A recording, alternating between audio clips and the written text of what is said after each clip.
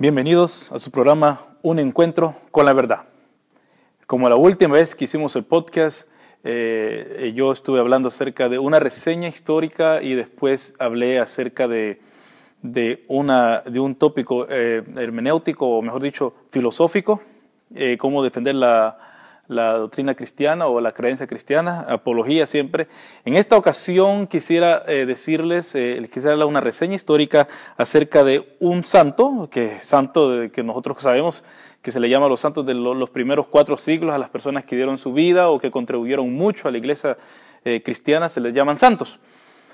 Hay una cierta estigma con respecto a quién es santo, porque en el catolicismo le dicen muchos santos a muchas personas, pero también la iglesia cristiana considera, la iglesia cristiana tanto no católica o protestante, pero toda la iglesia cristiana considera a ciertos individuos importantes en la historia, en el desarrollo de la doctrina, en el desarrollo de cómo nosotros llegamos a creer las cosas, cómo ellos entendieron a los apóstoles. Y uno de estos fue Justino Mártir. ¿Y quién es Justino Mártir? Durante la iglesia, tenemos que hablar de estas personas porque durante la historia de la iglesia cristiana encontramos muchos, pero muchos individuos que aportaron no solamente con sus escritos, sino también con sus vidas dándolas por el evangelio. Y Justino Mártir fue uno de estos cristianos primitivos, y le decimos cristianos primitivos del año después de los apóstoles, digamos del año ya 80, 90, hasta el 350, aún los 400, muchos meses les dicen primitivos. Mucha gente diría que no, que eso ya es demasiado, pero es el tiempo que durante el cristianismo se desarrolló y desarrollaron muchas de sus doctrinas. Los cristianos primitivos nos dejaron un legado a seguir, y esto es lo que por eso le traigo yo en este día a su atención Justino Mártir. ¿Y quién es Justino Mártir? Justino Mártir nació alrededor del año 100 y murió en el martirio en el año 165, y por eso es que tiene su pronombre mártir. Sus padres fueron paganos y nació en Flavio Neápolis, la que antes se conocía como Shequem, en Samaria. O sea que era un poco más al norte de Israel. De joven estudió filosofía desde una temprana edad, que incluyó el estoicismo, aristotelismo, pitagorismo y platonismo. Justino Mártir se preparó muy bien en la filosofía del mundo.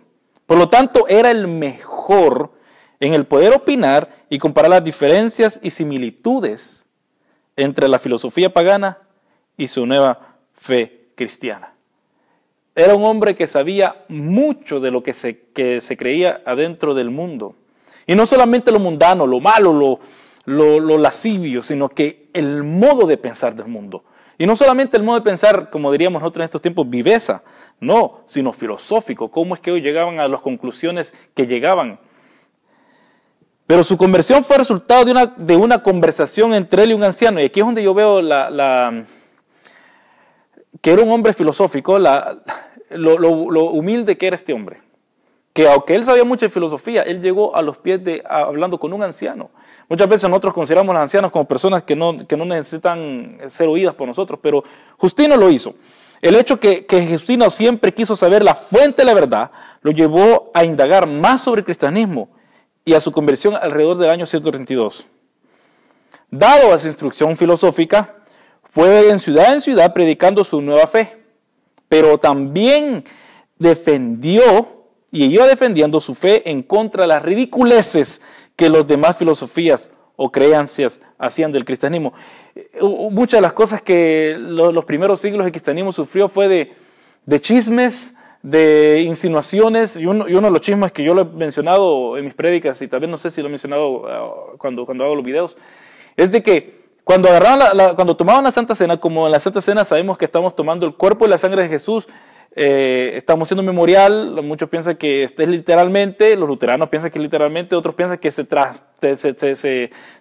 transforma en la carne y sangre de Jesús, son los católicos. Nosotros los bautistas por lo general creemos que es un memorial, y yo creo que es la forma más correcta de creerlo.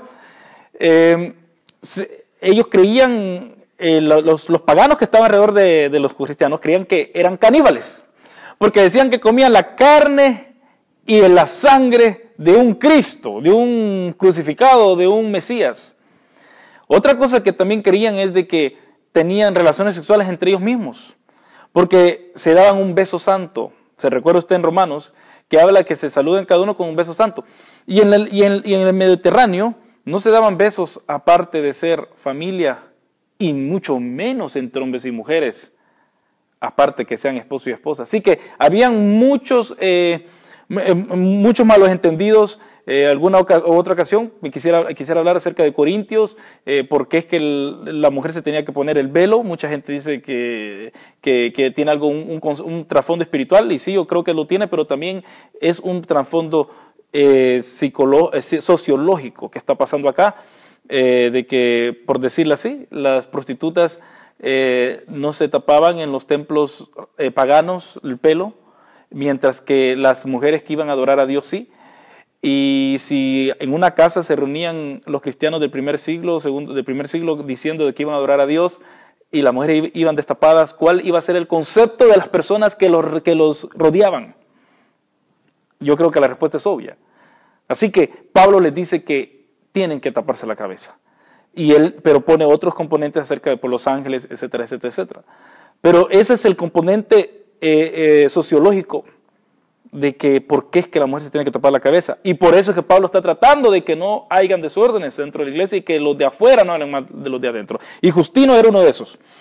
Tenemos que tomar en cuenta que Justino no rechazó la filosofía, sino que hizo una filosofía cristiana. Y esto choca a mucha gente porque como vamos a ver, mucha gente se queja de que la filosofía tenga que ver algo con el cristianismo. Porque sí, en cierto modo, eleva a la filosofía muy arriba y la hace casi inalcanzable a personas que nunca han estudiado filosofía, o que no tienen el interés de estudiar filosofía, o que no tienen mucho estudio. Pero esto no es así. Ya en los tiempos de Justino tenía oposición de hacer uso de la filosofía para poder contrarrestar los argumentos contra el mismo cristianismo.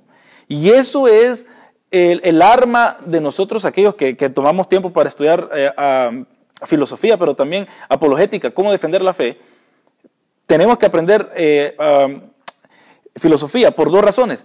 Una es porque tenemos que saber qué consecuencias tiene nuestro pensamiento. Y la filosofía, eso es algo que nos enseña, las consecuencias que el pensamiento X tiene, la conclusión lógica. Por eso mucha gente me dice, usted siempre que habla se pone pesado porque usted siempre lo lleva al extremo. Bueno, Pablo en las cartas en Romanos, él usa bastante esta filosofía, porque Pablo era un rabino.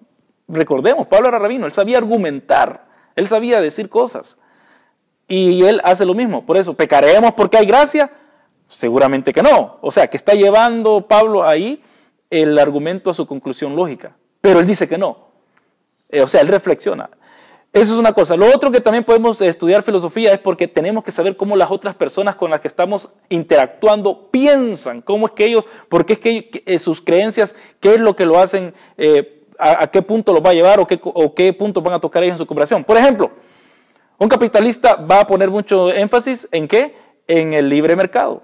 Mientras que un socialista, más que todo, va a poner énfasis en que te tienen que regular los mercados.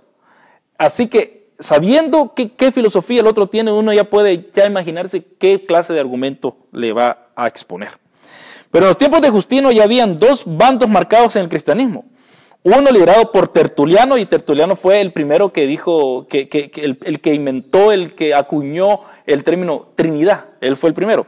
Pero Tertuliano dijo la frase famosa, ¿qué tiene que ver Atenas con Jerusalén? ¿Qué tiene que ver la academia con la iglesia? Este era un rechazo a todo lo que tenía que ver con el paganismo, pero en especial con la filosofía, porque la filosofía se consideraba, y se considera en muchos casos, parte de ese paganismo. Tertuliano dijo tal cosa porque él vio que muchas de las herejías en sus días, en los días tertulianos, surgían pues querían o pretendían combinar el paganismo con la Biblia. Y no voy a entrar a detalles, pero esto es lo que pasa, por ejemplo, con el unitarismo el día de hoy. Los unitarios, ellos quieren, su filosofía en sí viene de estos tiempos, de los tiempos de Roma, los tiempos de Grecia. Y ese modo de pensar, ellos lo han fusionado y ellos dicen que no. Si usted ha oído los videos que hemos hecho con David de Paz, ellos culpan a los trinitarios de haber agarrado de la filosofía griega y aplicarla al cristianismo, y de ahí es donde sacaron supuestamente estos hermanos, estas personas, mejor dicho, donde han sacado estas personas de que tanto los testigos también, que creen la Trinidad tiene un concepto pagano, pero son ellos los que tienen el concepto pagano. Y si usted se toma su tiempo de ver en YouTube, en Luis Jovel, y ponga Trinidad, por ejemplo, y ahí va a ver los videos que hemos hecho con David de Paz y yo, o si no, va a estar en mi página, luisjovel.com, y va a ver y busca Trinidad y pone esas cosas en el buscador, en el search, y va a encontrar los podcasts o los videos también ahí, y va a ver de cómo nosotros, David de Paz y yo, demostramos que la Trinidad no surge del paganismo ni de la filosofía griega, sino más bien es el unitarismo el que tiene está arraigado ahí. Bueno, pero Justino era el líder del otro bando, el bando de que sí decía que se podía usar la filosofía. Él veía, por otro lado, muchos puntos en común con la filosofía pagana.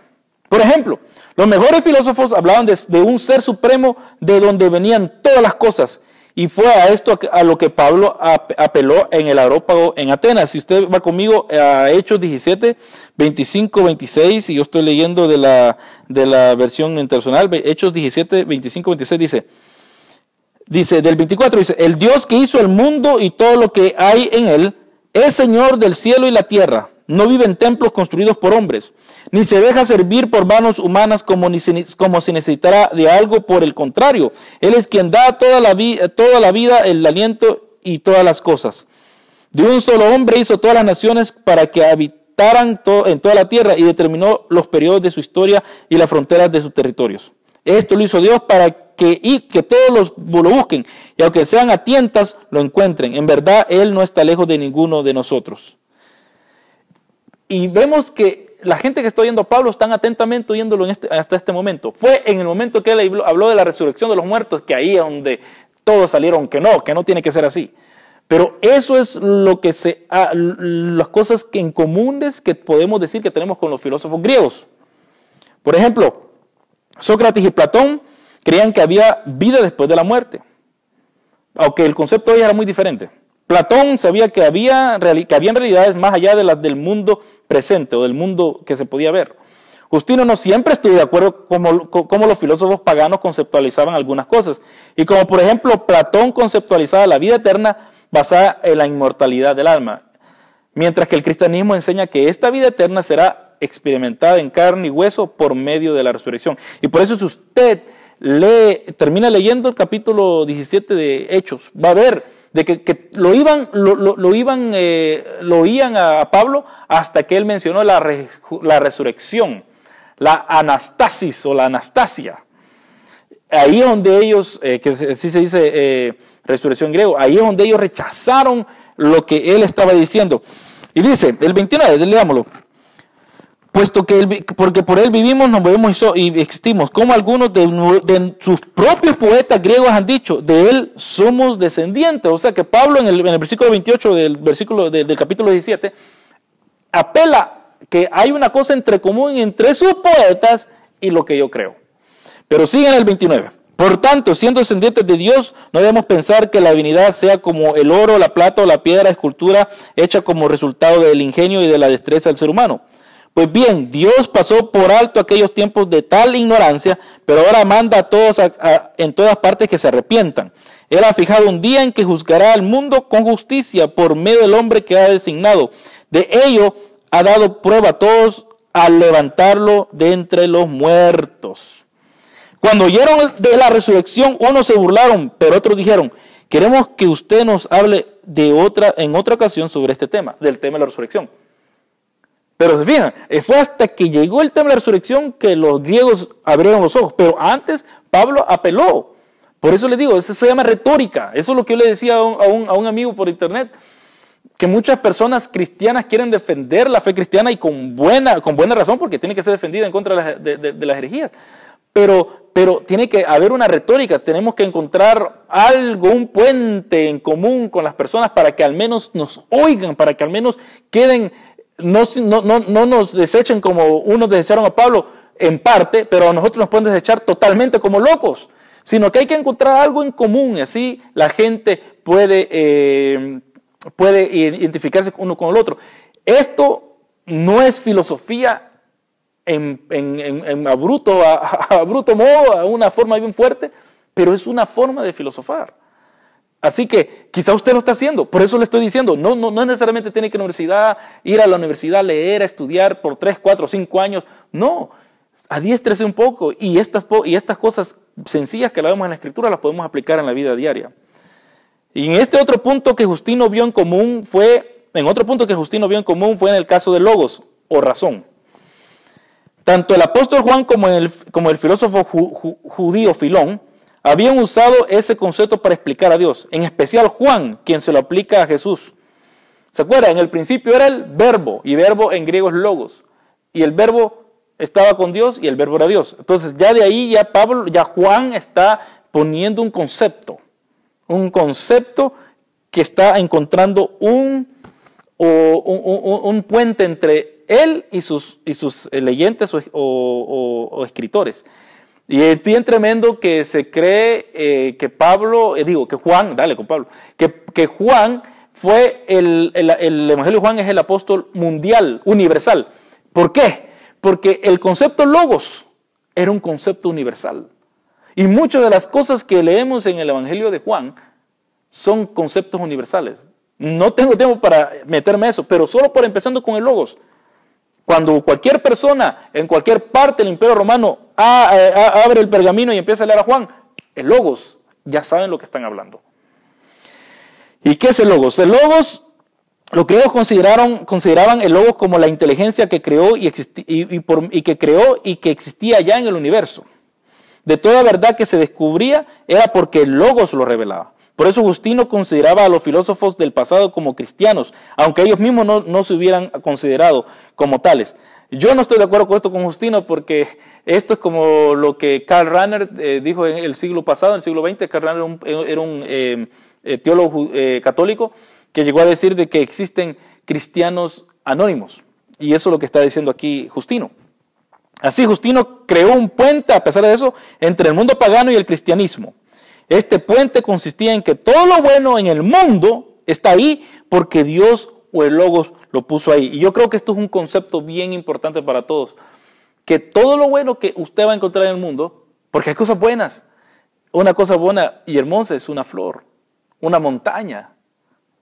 Alguien que dice la verdad o que no sea cristiano es algo bueno.